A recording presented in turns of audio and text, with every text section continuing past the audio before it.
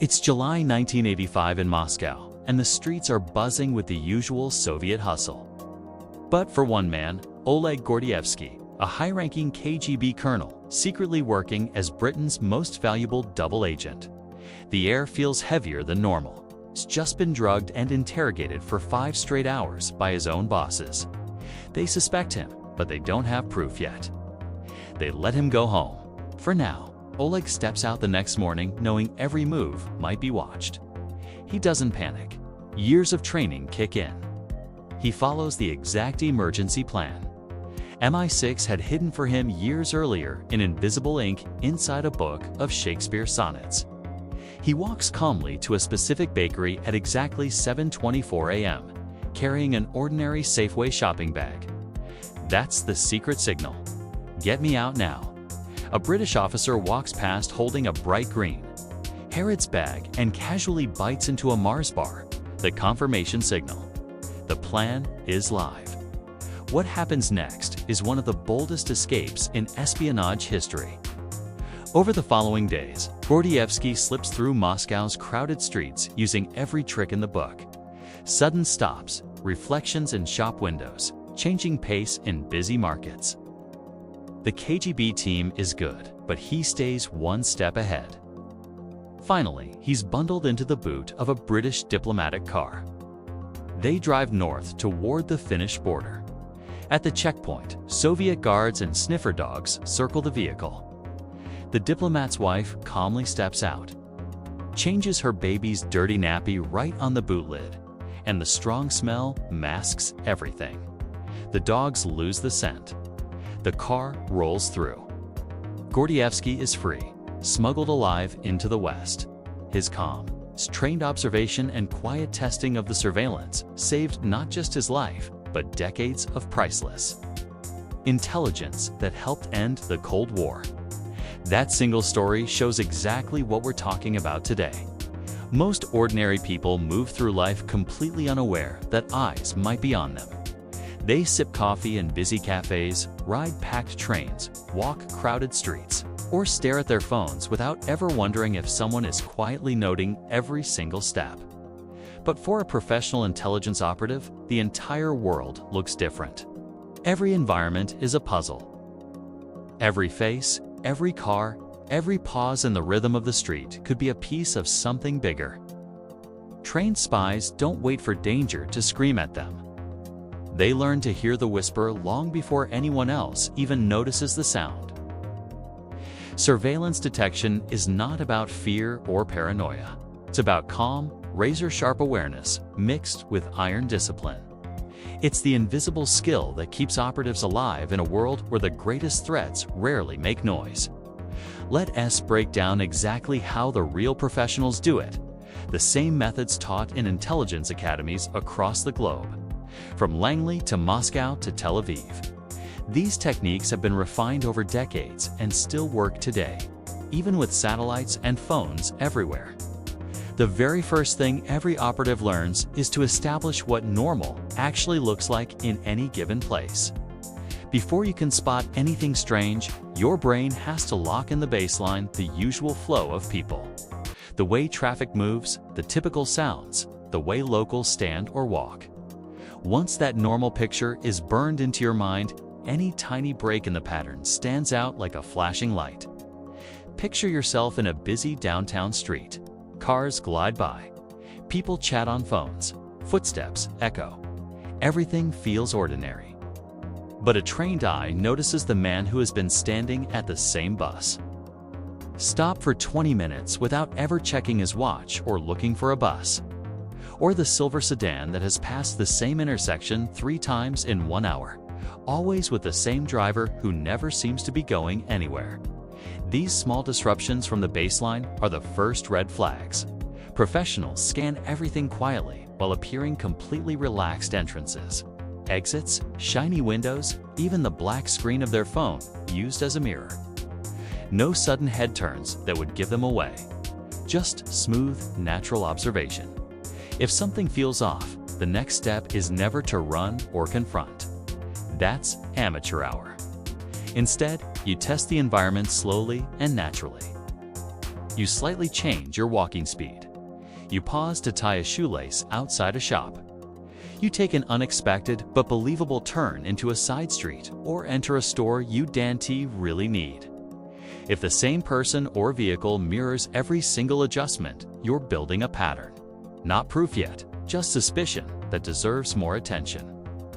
Real surveillance teams almost never use a single watcher. They operate in what insiders call a box, multiple people rotating positions, leapfrogging ahead, switching vehicles and clothes so no single face or car repeats too obviously. That's why experienced operatives focus more on timing and behavior than on looks. A car that always appears at the exact wrong moment, or someone who keeps the same distance no matter how you move, these things are much harder to fake than a disguise. Here's another real story that shows how powerful these small tests can be. Jack Barsky was a KGB illegal, a deep-cover sleeper agent planted in America in the late 1970s. He lived for years in New York as an ordinary insurance salesman with a fake American identity. His KGB training drilled surveillance detection into him like second nature, constant checks in reflections, zigzag routes while jogging, sudden stops in crowded stores, always using shop windows and car mirrors without ever looking suspicious. He once said in interviews that he performed these dry cleaning runs almost every day just to stay sharp. For nearly a decade, the techniques worked perfectly. The FBI had no clue he existed. Only years later, after a defector betrayed the program, did the Americans finally catch up. Barsky's habits had kept him invisible longer than almost anyone else in the illegal program. Even after he surrendered and became an American citizen, he admitted those detection skills never left him. He still scans every environment the same way today. Back to the techniques. Once patterns start stacking up, the golden rule is confirmation without ever showing your hand. The worst mistake is reacting too soon. If the watchers realize you know, they simply pull back, bring in fresh faces, and make detection 10 times harder.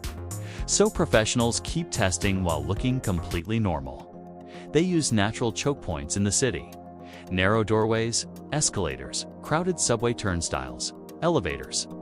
Step into an elevator and watch who rushes in at the last second without any clear reason. Exit on your floor and see if the same person keeps appearing on the same level over time. These forced decisions create tiny moments where followers have to reveal themselves. Memory becomes the operative's secret weapon. No notebooks in the field. Instead, they build a living mental map. Faces, clothing details, walking styles, even small habits like how someone holds his phone or scratches his nose. The brain updates constantly. A layered stop works wonders too. Enter a cafe for just 3 minutes. Leave suddenly. Then watch from across the street whether anyone outside suddenly stands up or leaves at the same moment. Before any important movement, smart officers study the area in advance. They learn the natural rhythm, which streets are always packed at noon, which alleys stay quiet, where people normally stop, and where they keep flowing. Once you know that rhythm by heart, any break, someone standing motionless in a rushing commuter crowd, or pretending to check messages while staying rooted in one spot, becomes obvious. This whole process is slow and patient. It can take hours or even days of quiet observation before confidence builds. That's why training includes breathing exercises and mental control. Fear clouds the mind. Calm breathing keeps perception sharp. Every test must look like normal life, what insiders call cover for action. Buying a newspaper, asking for directions, stopping to admire a street performer, or pretending to check a map. Each move gives a natural chance to scan reflections and reactions while staying completely unremarkable. The best operatives make themselves deliberately boring. Boring people are rarely remembered. Transportation hubs like airports, train stations, and busy metro platforms are both dangerous and useful. Cameras everywhere, lots of security, and often heavy surveillance teams. Here, operatives watch spacing and timing. Who stays the same distance for long periods? Who reappears after moving through different sections without ever buying a ticket or meeting anyone? Crowds offer perfect opportunities to lose the tail naturally. A slight shift in pace inside a dense group creates separation without looking obvious. The follower either pushes through, drawing attention, or falls back and risks losing sight. Stretching time is another clever move. Sit longer than expected on a park bench. Browse a bookstore for 20 extra minutes or linger in a lobby. Watchers on a schedule have to adapt, and that adaptation often reveals coordination between multiple people. Waiting without purpose is especially hard to disguise. Walking somewhere has an excuse. Standing still for long stretches without checking a phone, reading, or talking to anyone stands out immediately. Some operatives also practice reverse awareness, watching who keeps appearing ahead instead of only checking behind. Teams sometimes leapfrog. One watcher runs ahead while another stays back. If the same face pops up in front after several turns, the pattern becomes telling. Vehicles add another layer. One sighting means nothing. Twice could be coincidence.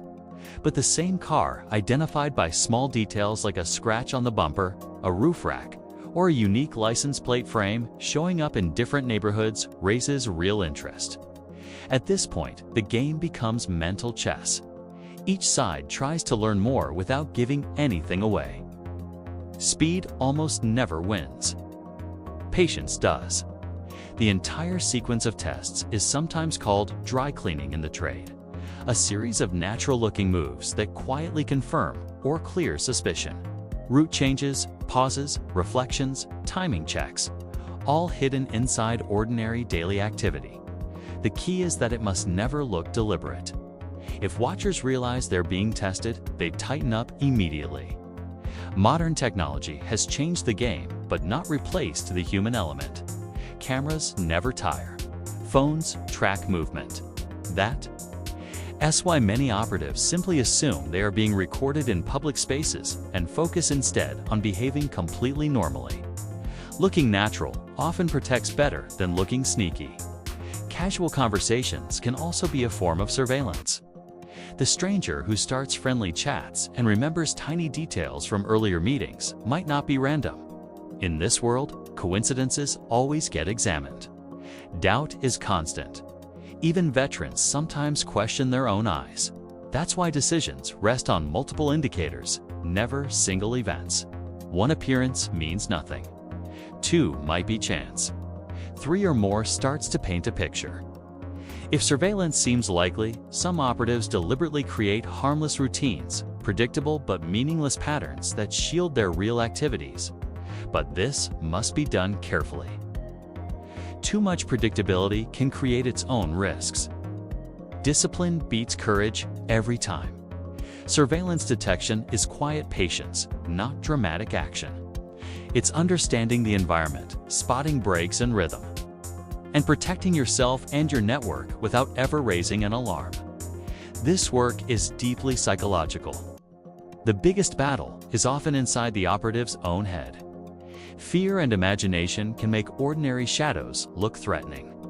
Training teaches emotional control above everything else. Stay calm. Observe accurately. Never let anxiety distort the picture. Body language gives away watchers too. Feet pointed toward you when they pretend to look elsewhere. Eyes that flick back a fraction too late. Small hesitations. Trained eyes catch these microsignals. Fatigue affects both sides. Long-term surveillance is exhausting. Even professionals make tiny mistakes after hours. Stepping too close, hesitating, glancing at the wrong moment. That's why teams rotate people constantly. Weather changes everything. Rain forces umbrellas and shelter seeking. Heat or cold affects how long someone can stand still. Smart operatives sometimes use sudden storms to their advantage. Crowds scatter, visibility drops, new opportunities to test appear. Uncertainty is part of the job. Complete proof is rare. Operatives often work with probabilities and decide whether the risk has grown enough to change plans. When suspicion is strong, the focus shifts to protecting the larger network. Every meeting, Every contact could expose others. That's why aborted meetings are common. No warning, no explanation. The target simply doesn't show. The silence itself becomes the safety signal. Many operations throughout history were saved simply by walking away at the right moment. Experienced officers talk about the click, that quiet internal alarm built from years of pattern recognition. The environment suddenly feels off. When it happens, they don't panic. They slow down, gather more data, and stay disciplined. Overreaction can be deadlier than doing nothing. Not all surveillance is hostile. Sometimes it's your own side checking security, or a friendly agency verifying. Trust exists, but verification always comes with it. Certain cities, diplomatic hotspots like Washington, Moscow, Beijing, or Islamabad naturally have higher surveillance levels. Operatives there assume they are watched and adjust accordingly. Time of day matters too. Night offers cover but reduces visibility. Daylight gives clarity but makes blending harder. Every condition has trade-offs. Today's digital layer adds phones, location data, and metadata. Many professionals carry separate devices or go completely dark during sensitive moments. But human awareness still matters more than ever. Simplicity remains the best defense. Simple routes, simple routines. Ordinary clothes. Complexity creates cracks. The emotional weight is real. Former operatives say their brains never fully switch off. Even years later, they automatically scan crowds, check reflections, and notice rhythms. It becomes part of who they are, a survival tool that never quite leaves. The ultimate art is looking completely ordinary on the outside, while your mind quietly measures everything around you. When the patterns finally convince an operative that real surveillance is active, the response is never panic. They ask several questions at once. Is this real or imagination? Short-term or long-term? Aimed at me personally or part of something wider? Sometimes the safest choice is quiet disengagement. Cancel meetings, delay travel, change plans without any visible drama. From the outside, it looks random. Inside, every shift has purpose. Other times, they slowly reduce activity until the watchers lose interest and move on. This gradual fade has worked for decades. Only when absolutely necessary does someone attempt a clean break, a carefully planned series of moves to separate from the team without looking obvious. Complex route changes, sudden transport switches, or entering places followers can't easily enter. But breaks are risky. If they fail, the other side knows you're aware and doubles down. The smartest break is often the one that never looks like one, simply melting deeper into normal life until the watchers become unsure. This invisible contest is all about information balance. The side that learns more while revealing less usually wins. It's a long, patient chess game played across real streets and cities. Intelligence agencies train for this relentlessly simulated city walks, role-playing teams, pressure tests. But real life is different. The stakes involve lives, networks, and national security. One mistake can destroy years of work. That's why the operating philosophy is simple. If something feels wrong, treat it as real. Not paranoia, responsibility. The most skilled officers are often the most forgettable ones. Ordinary clothes, calm movements, predictable behavior. To everyone else, they look like just another face in the crowd. But inside their minds flows a constant stream of quiet data. Footsteps, reflections, repeated faces, timing breaks. They notice first. They understand more. And in this world, understanding usually means survival. The silent game continues every single day in cities around the world. Most of us will never see it, but it is always there, watching, waiting, moving quietly through the shadows of everyday life.